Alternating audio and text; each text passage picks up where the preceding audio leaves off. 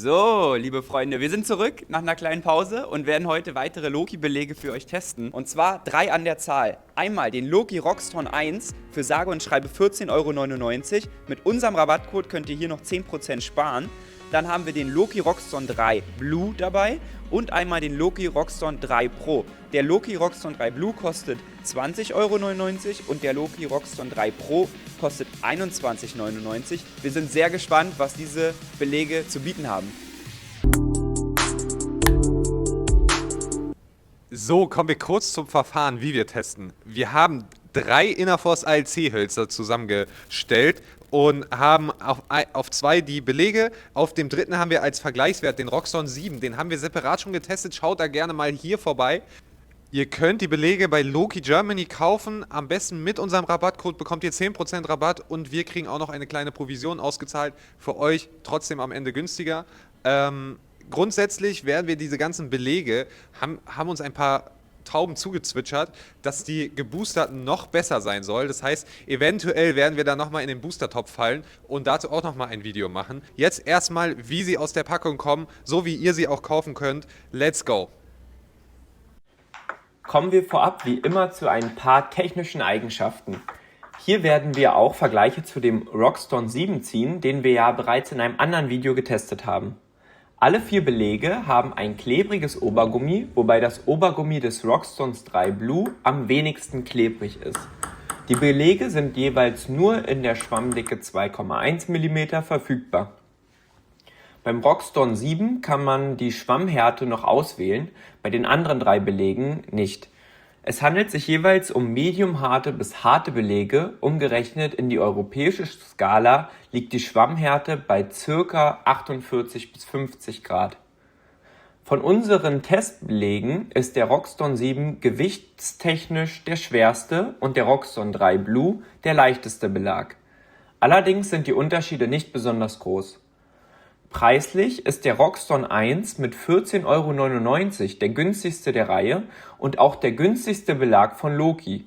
Aber kann so ein preiswerter Belag auch spielerisch überzeugen? Finden wir es heraus. Kurz zum Prozedere, wie wir vorgehen. Wir werden jetzt als erstes den Roxton 3 Pro, den habe ich auf meinem Belag, auf meinem Schläger. Lorenz hat gerade den Roxton 1, den er als erstes spielen wird. Wir spielen uns jetzt ein bisschen ein, ziehen ein paar Topspins, schauen ein bisschen, dass wir ein Grundgefühl kriegen.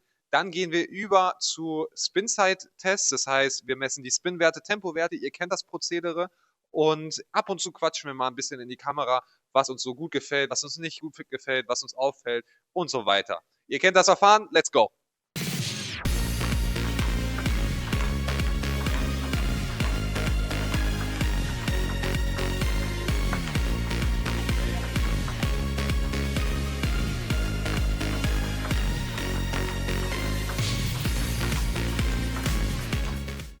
Okay, zum ersten Eindruck. Also, wir haben einmal diesen Roxton Blue, diesen Roxton 3 Blue.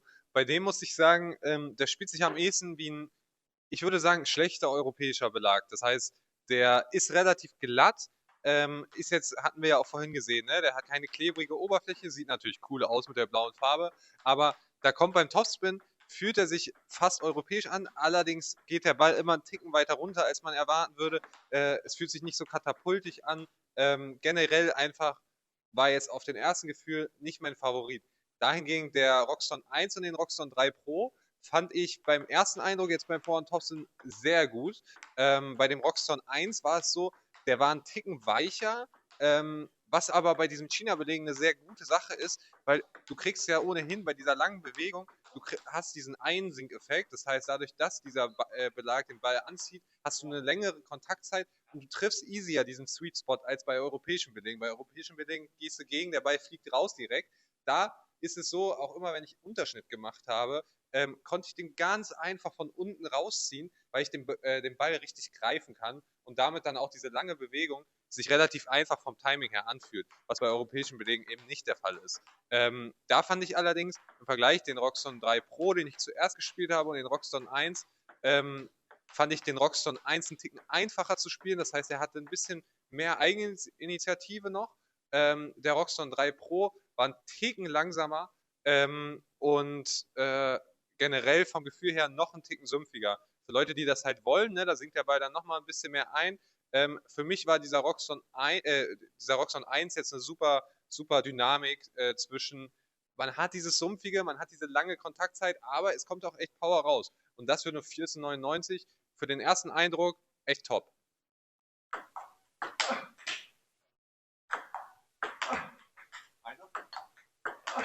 Okay, Leute, ich habe jetzt bei Rückhand-Topspin alle getestet. Ich muss erstmal grundsätzlich sagen, ich glaube, es hat einen Grund, dass auch die Profis keine China-Belege auf Rückhand spielen. Grund dafür, aus meinem Verständnis, jetzt nach diesen Bällen, Rückhand-Topspin ist eine deutlich kürzere Bewegung als Vorhand. Bei der Vorhand spielen wir aus den Beinen heraus und wir führen die Belegung und wir können auch leicht einen größeren Radius machen. Bei Rückhand hat man eigentlich immer diese kurze Bewegung, was es natürlich schwieriger macht, die zum Beispiel zu verlängern für den China-Belag.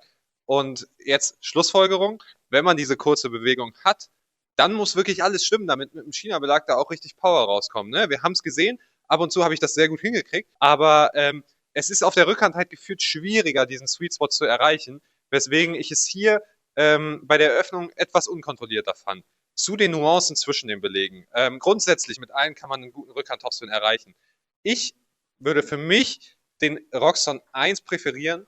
Der hatte für mich so das Beste aus. Man hat einen leichten, weichen Treffpunkt, man hat sehr viel Kontrolle, aber wenn man ihn gut trifft, dann kommt da auch was raus. Der Roxxon 3 Pro dahingegen war wirklich für Leute, die schon ein bisschen mehr Erfahrung haben, die einfach nur richtig Power raushaben wollen. Ne? Wenn ich den da gut getroffen habe, war es für mich gefühlt einfacher, mehr Tempo zu spielen als mit dem Roxxon 1. Und dann der Roxxon 3 Blue, muss ich sagen, kann ich auch nichts Negatives drüber sagen. Was uns beim Einspielen etwas gestört hatte, war hier jetzt nicht mehr so vorhanden. Das heißt, man konnte super ziehen. Er hat sich trotzdem recht linear angefühlt. Ne? Also ob ich den jetzt, war nicht so wie bei den anderen, dass man den Sweet Spot treffen musste, sondern hat sich einen Ticken europäischer angefühlt. Grundsätzlich, das mein Feedback zu den drei. So, jetzt machen wir nochmal den Spin-Test. Und zwar mit welchem Belag kriegen wir denn am meisten Spin in die Bälle? Schauen wir uns mit Spin-Zeit an. Das heißt, wir zocken 3 Bälle mit jedem ganz quick und schauen einfach, okay, wo treffen wir den Ball? Am besten, wo kriegen wir den meisten Spin raus? Let's go. Das heißt, wir fangen an mit unserem Vergleichswert, dem Roxxon 7. Den haben wir ja schon mal getestet. Mit Abstand der teuerste. Und danach gehen wir zum Roxxon 1, Roxxon 3 Blue, Roxxon 3 Pro.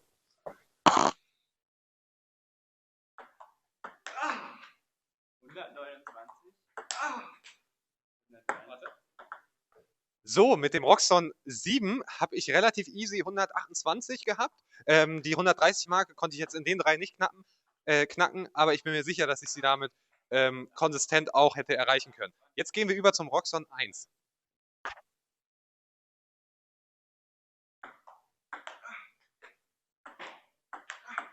Okay, mit dem Roxxon 1 nicht annähernd so viel, ne? War ich bei 120, 115. Hat sich auch irgendwie dünner angefühlt auf dem Belag als beim Roxxon 7. Gehen wir jetzt mal über zu dem Roxxon 3 Blue. Let's go.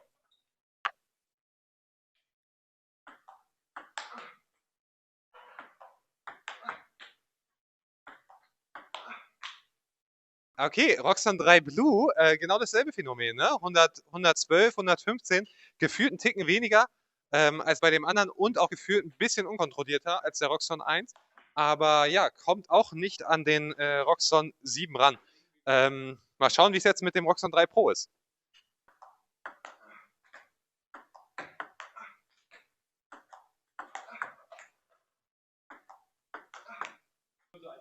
Okay, jetzt der Roxxon 3 Pro hat vom Sound her und vom Gefühl her und von Spinzeit auch, habe ich die 130 erreicht, hat sich deutlich näher an dem Roxxon 7 angefühlt.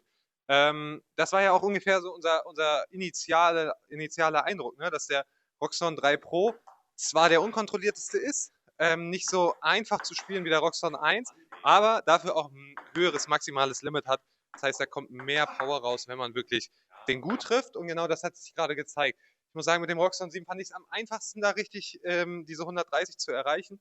Bei dem Roxxon 3 Pro ging es aber trotzdem im Vergleich zu 1 und 3 Blue besser. Ja, that's it. Let's go to Lorenz. So, ich fange jetzt an erstmal mit dem Roxxon 7. Ich werde aber Vorhand ziehen und schauen, was da bei mir für ein Spinwert rauskommt.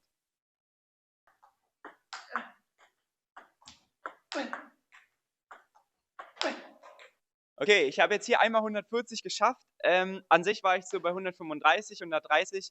Krieg also schon recht ordentlich Spin und Power raus aus dem Roxton 7. Ist auch die hochpreisigste Roxton-Variante, die es gibt. Jetzt mal schauen, wie der Roxton 1, der günstigste Belag, sich ja, hier schlägt.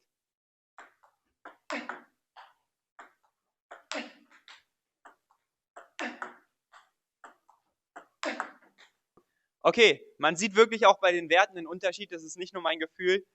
Ich kriege weniger Power und weniger Spin raus. Hier war ich jetzt bei 120, 125. Wenn ich ihn super soft und perfekt treffe, komme ich auch mal auf 130. Aber der Durchschnittswert ist ein ganz anderer als bei dem Roxton 7. Also wenn ich auf Qualität gehen möchte, dann muss ich mich für Roxton 7 entscheiden. Hier bei dem Fall. Und der Roxton 1 fühlt sich für mich aber trotzdem sehr gut an. Aber bei den Spin-Werten komme ich da nicht aufs selbe Niveau.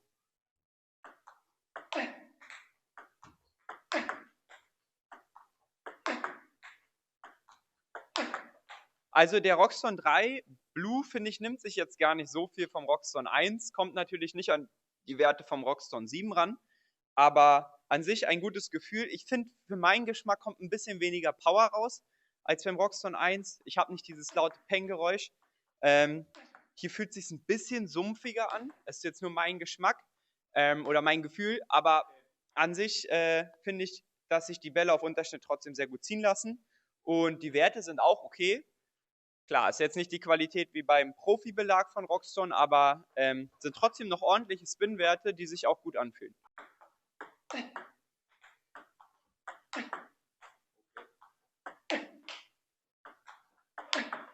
Okay, beim Roxton 3 Pro komme ich jetzt auf echt Werte von über 130. Ja, fühlt sich auch so an, als ob man den hier sehr soft treffen kann und der Ball auch wirklich richtig gut mitgenommen wird vom klebrigen Obergummi. Kommt für mich am nächsten an den Roxton 7 ran, wie auch schon Yannick festgestellt hat. So, wir haben jetzt die 3 Belege von Loki getestet. Welcher war denn dein Überraschungssieger heute? Mein Überraschungssieger war auf jeden Fall der Roxton 1, der hier, weil der halt nur 15 Euro kostet. Da habe ich echt nicht erwartet, dass man damit eine ordentliche Kugel spielen kann. Für mich ist es ganz klar der Anfängerbelag. Wie ist es für dich? Ja, für mich auch. Also ich würde sagen, der Loki Roxton 1 ist für mich hier auch der Favorit. Einfach, er ist recht fehlerverzeihend und deswegen würde ich ihn auch für Einsteiger empfehlen, die Bock haben, mal einen China-Belag auszuprobieren. Vielleicht auch für Kinder. Ich finde 14,99 €, teilweise testen wir Belege für 80 Euro. Also ja, das ist echt beeindruckend, dass man diese Qualität für diesen Preis bekommt, wo ja sonst die Belege schon alle ziemlich teuer sind, meiner Meinung nach. Genau.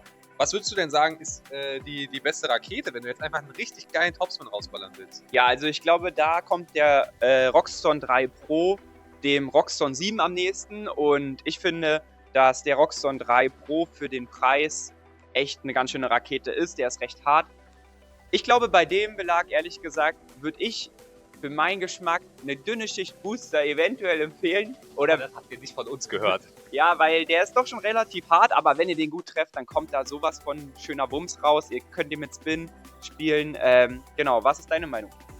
Sehe ich ganz genauso. Der Roxton 3 Pro war der diese hohen Spin-Werte wirklich am besten mitgemacht hat. Da am nächsten an den Roxton 7 rankam. Wenn ihr allerdings mehr einen europäischen Belag haben wollt, dann können wir diesen Roxton 3 Blue empfehlen. Oder, Lorenz? Genau, also ich würde sagen, wenn man jetzt nicht den Riesenstep machen möchte und direkt auf einen ganz starken China-Belag mit ganz wenig Eigeninitiative greifen möchte, dann würde ich auch den Loki 3 Blue empfehlen, da dieser eigentlich einem europäischen Belag meiner Meinung nach am nächsten kommt. Am Anfang dachte ich, ist schon ganz schön sumpfig irgendwie, es fühlt sich nicht so richtig an, aber wenn man eigentlich gut zum Ball steht und den Ball schön nach vorne ziehen kann, dann kommt da auch ein sehr guter Ball raus, ist fehlerverzeihend und ja, ich finde, man kann den Belag auch gut spielen. Was sagst du? Ja, sehe ich ganz genauso. Den gibt es übrigens auch in Pink zu erwerben. Das heißt, ihr seid da farblich, sind euch da wirklich gar keine Grenzen gesetzt. Okay. Das war das Fazit von... So, das war unser Fazit. Denkt dran, ihr könnt mit diesem Code auf der Seite Loki Germany, alles in der Videobeschreibung verlinkt, genau diese Belege nachkaufen. Eine große Empfehlung bekommt von uns der Roxton 1. Wirklich ein super Belag, kostet auch wie gesagt nur 15 Euro. Also, falls ihr Lust habt, den mal auszuprobieren, kauft ihn euch gerne. Das war's von uns. Wir sehen uns im nächsten Video. Schreibt gerne einen Kommentar, liked auch gerne das Video, damit würdet ihr uns sehr unterstützen. Für euch kostet es nichts. Und damit verabschieden wir uns. Ja, macht's gut, Leute, und haut rein, bis zum nächsten Video. Ciao, ciao.